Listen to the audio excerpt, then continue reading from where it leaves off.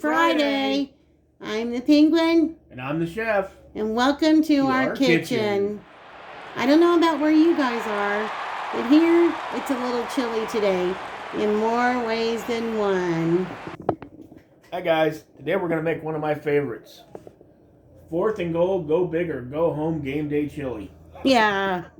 This is a loaded chili, man. This is like a Texas style chili. Let's just get right into it.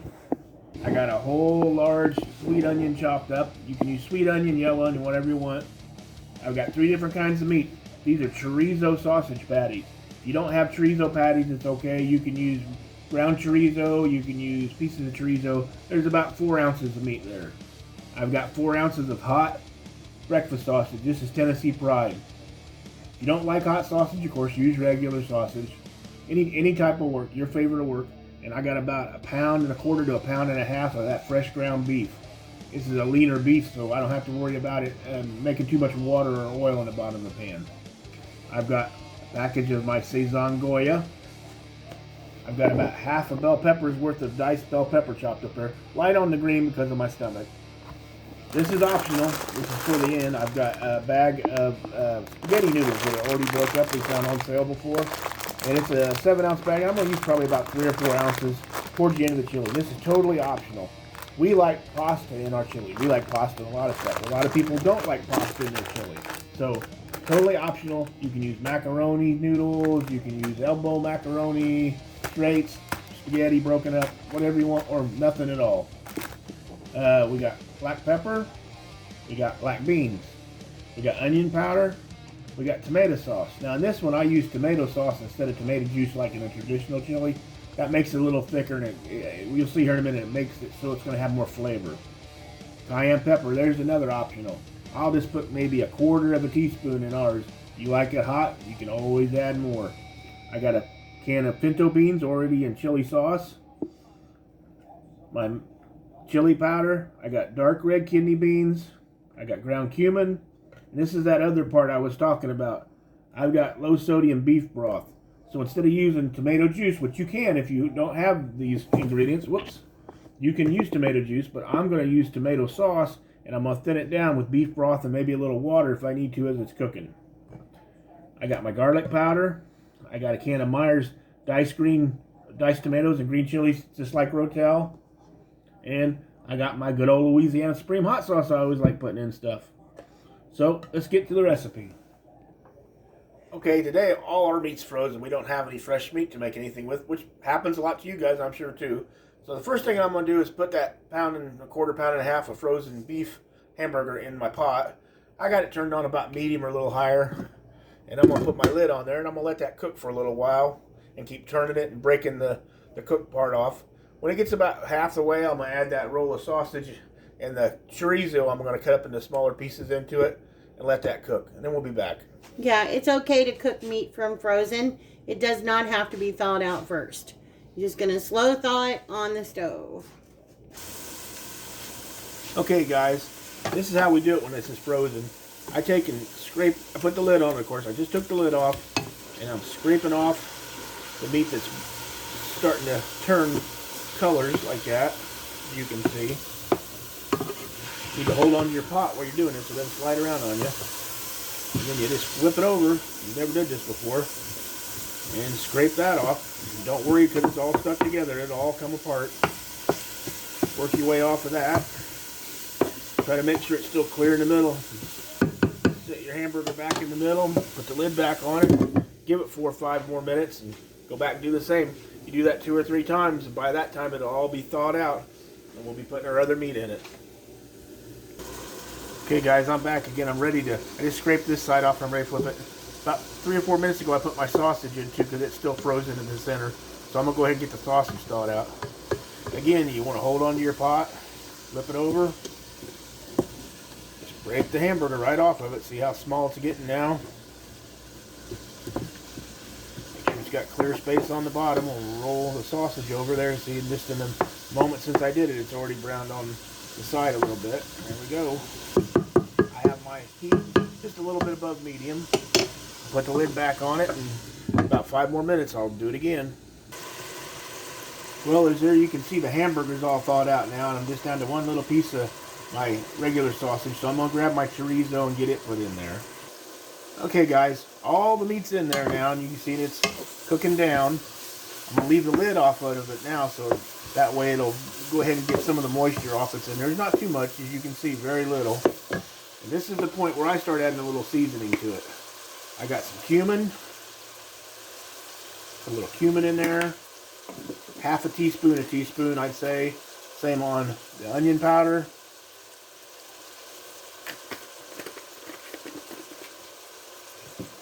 And the garlic powder. I like a little flavor get cooked into the meat.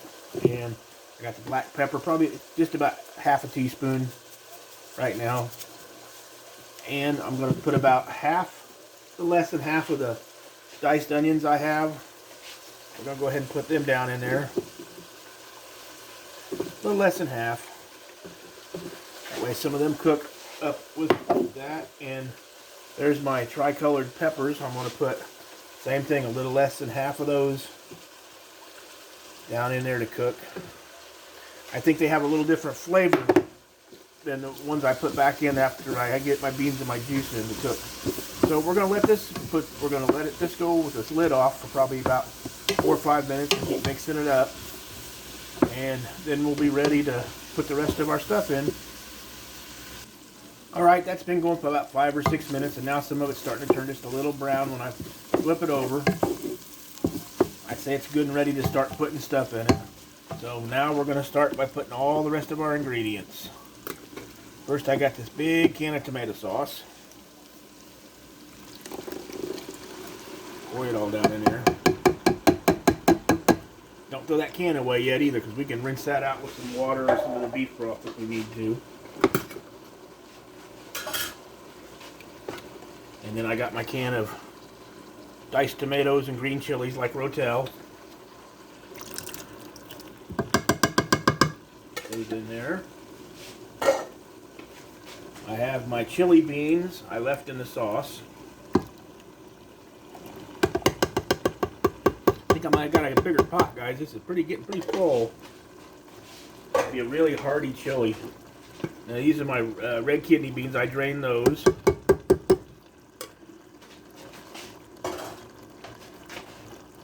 And my black beans, I rinsed and drained those off.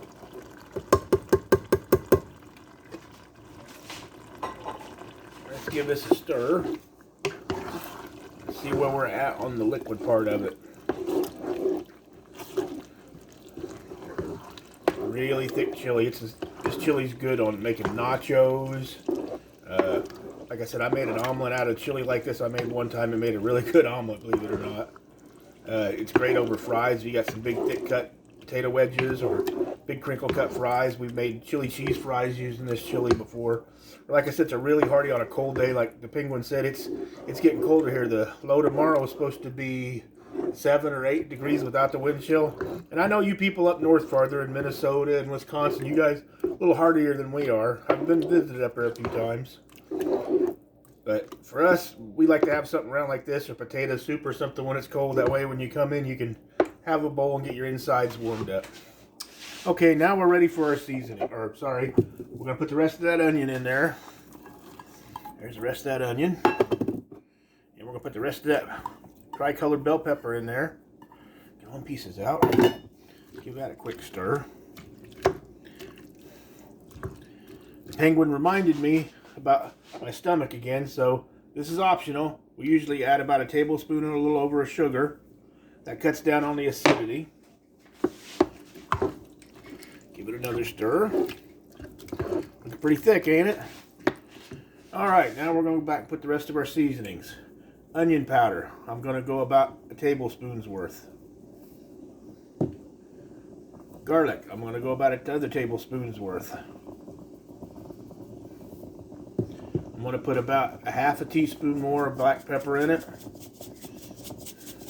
Like I said, any of these recipes we make, you can change things around. It's optional. This is the way we like them. You guys might want to add or take away. Cumin. I got ground cumin here. I'm going to put about a tablespoon worth, teaspoon to a tablespoon. I like the flavor of cumin. cayenne pepper. Gotta be careful with this one, guys. I'm just gonna go just a little bit. About like half of a teaspoon right there. You like it hot? Of course, you can always add more. But once it's there, you can't take it away unless you keep watering down the chili, and I hate doing that. And then my favorite thing, as always, I use my Louisiana Supreme hot sauce. 5, 6, 7 good shakes on top of that. Add just a little bit of heat without too much. And then our chili powder. Now, for this much chili, it's going to take quite a bit. So I'm going to say 3 to 4 tablespoons. I would probably do 3 if I was you. You can always go back and add more, but you can't take away again, like I said, without adding more liquid. Get this all stirred up. And you see right now it's too thick. It's going to get a little more liquidy as it cooks because of the tomatoes and the onion and the pepper, but not a lot. You see how really thick it is. That's why I use the beef broth. I'm going to take that can of tomatoes we had earlier, tomato sauce. As you can see right there's a lot of tomato left in it. And I'm going to pour in about 1/4 of that can, 1/3 of that can of the beef broth. Give it a good stir around. Pick up some more of that tomato flavor out of that. Pour that in there. Give it a good stir. And you see that helped a little bit right there. Gonna go about another 1/3 of that can right now. Give it a good stir around. Pick up some more of that tomato. There we go. Yeah, it looks like about the consistency I'm looking for. Got just a little liquid in it right now, so I'm going to save the rest of that. I got about 1/3 or a little over that can of beef broth. Like I said, you can always add a little water. It doesn't hurt at all. You add a little water, later on you want to taste it. If it needs more seasoning, you can always add more seasoning if you use water. If you got tomato juice, that works. Thin down tomato paste or more tomato sauce. But see how thick and hearty it still looks? It's just got a little liquid in it. Like I said, we like macaroni, so I got to keep just a little liquid in ours. A little more liquid than normal for that macaroni. Alright, I'm going to let this go for about 5 minutes on medium heat, sorry. And then at that point, I'm going to vent the lid and I'm going to turn it down to low, medium, low. And I'm going to let it cook for about an hour. I go back about every 5-10 minutes and give it a good stir, make sure nothing's sticking up and there's enough liquid in it. So we'll be back when I check in on it, guys. Sorry, guys. My Sazón packet had got put underneath the macaroni, those noodles, and I forgot about it. So that's the last seasoning we got to add in right now. Get that Sazón all down in there. Like I said, this is one of them optional things you don't have to use if you don't want to. But me and the Penguin like the flavor of it in Mexican food. It really adds another depth or another layer of flavor to things. Whether we're using it in taco meat or chili or, I don't know, we've used it in a couple of hamburgers, pork chops. Yeah, I put it in some breading before when we made some breaded things. It's really good all-around seasoning. You can find it, like I said, you got this one at Walmart, but I think I found a box of it one time at Save-A-Lot. Save-A-Lot's one of them places, though. They have it one week, the next week they don't. You just got to check. That's what we do. All right, that's been cooking for about 5-6 minutes now on medium high, and you can see it's got a nice boil, a little low boil going to it. Stir that up, make sure it doesn't stick. At this point, I got enough liquid in it for me, so I'm going to put my lid on it with just a slight vent because, like I said, I'm going to put a little pasta in it in 45 minutes. Now, when I put my lid on, it's going to have this little vent. Now, if you're going to make yours and you don't want to use pasta in it with this much liquid, you can just leave the lid with a pretty decent vent on it and turn your heat down to a low, medium, low heat and let it simmer. The more venting you got, the bigger the vent, the more your liquid is going to cook out as you go. And the thicker that chili will become. But like I said, I like keeping mine about like that. That way I can get the pasta in there and the pasta has something to soak into. And like I said, I still got about 1/3 of a can of my beef broth left to use. Or like I said, you can use water. And get that lid on there and get it vented. Just a slight vent. If you find that it gets too dry, like I said, go back and add more liquid. I want to talk to you guys about something else. Me and the Penguin were talking. We've used this for a chili salad, like you get at Wendy's. They take lettuce and put taco chips and stuff with it, and then they put some of their chili over it. We've used that to make this before too, and it turns out really good. But at Wendy's, they have these hot chili seasoning. And until, I don't know, about a year ago, we didn't even know they had them. So you basically open them up and add them to your bowl of chili. And they're not salty, they're not too hot. But man, they add another whole layer of flavor to it, don't they? Yeah. They're really, really good. So next time you go through Wendy's and you order chili, you might ask for some. You'll probably end up doing what we do. When we go through, we usually get a couple chilies and we ask for extra packets. That way we can bring it home and use it on our homemade chili. Well, I'm going to set my timer, guys, for 45 minutes now.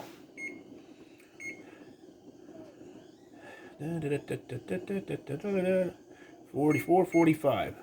Start. And 45 minutes, I'm going to put my pasta in. I'm going to come back and check this pot every 10, 12, 15 minutes and stir it. Make sure it's not sticking on the bottom. If you guys are not adding the pasta, like I said, you can just set your timer for an hour. Do the same. Every 10, 15 minutes, come back and keep stirring it. And that's about the time the chili will be done. I'll see you guys in 45 minutes. Well, guys, it's been about 10 minutes, and that's what it looks like. Nice, thick chili. Just got enough liquid in it for when I cook my pasta. It'll turn out. Like I said, if you're not putting pasta in yours, you let it go the full amount of time for the hour. Just leave that lid off or make a big vent in it so you lose a little bit of your juice and your chili will be just a little bit thicker. We'll be right back. And we're back. Well, the 45 minutes is up, and that's the consistency I've got. I went back and added all of my beef broth to it. It's just about right since I'm doing the little bit of real fine spaghetti noodles in it. Got them pre-cut. Go ahead and I already measured them out. That's about 4 ounces. Give them a stir. Like I said, this is totally optional. If you do not like macaroni in your chili, just leave the lid off at this point at least and let it cook and keep stirring it with the lid off. That way some more of the moisture will get down if it looks like mine. If it's already thicker, then leave your lid on for the next 15 minutes and let it finish cooking. If you like a lot of macaroni, if you like chili mac, you can add more macaroni to it and a little more liquid. Like I said, all our recipes are that way. That way, if you guys can change them to the way you like. Nothing's set in stone. But there you go. It's all stirred up. I'm going to set the timer for about 15 more minutes. Put the lid all the way on it now to hold that moisture in since it's going to go into that. I'm going to stir it about every 5 minutes. And we'll be back when it's done. Okay, guys, there you go. It's all done.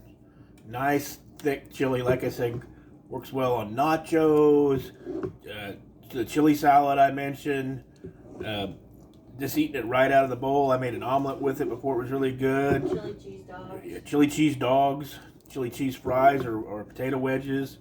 So many things. You can make this ahead, and it'll stay good for, I don't know, 4 or 5 days in the refrigerator. You can freeze it. We've had bigger pots than this before that we froze, and it stays good. Your beans get a little bit mushy in your pasta when you freeze it, but it's not terrible. So let's get some put in a bowl and get to eating. There you go. There's my 4th and goal, go big or go home game day chili. Touchdown! 3 kinds of meat, 3 kinds of beans, 3 kinds of bell pepper in it. Really nice and thick. I enjoy mine with cheese and onion and jalapenos.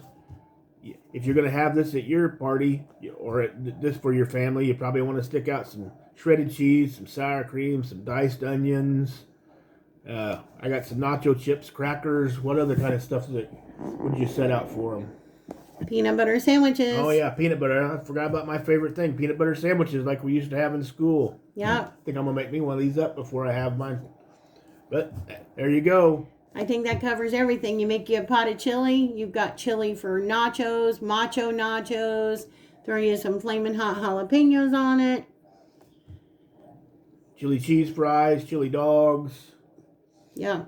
And if you buy egg roll wrappers, you could even make you some chili cheese hot dog egg rolls. Yeah, this is thick enough chili you could do that with without having to tear up your egg rolls. Cook you some hot dogs, lay them down on a egg roll wrapper, top it with some chili and some cheese and some onions and jalapenos. Wrap that puppy up and fry it. That's a good game day snack right there. Well, that's it for tonight, guys. And from our kitchen to yours, thank you for joining us and have a good night. Bye-bye. Bye, guys.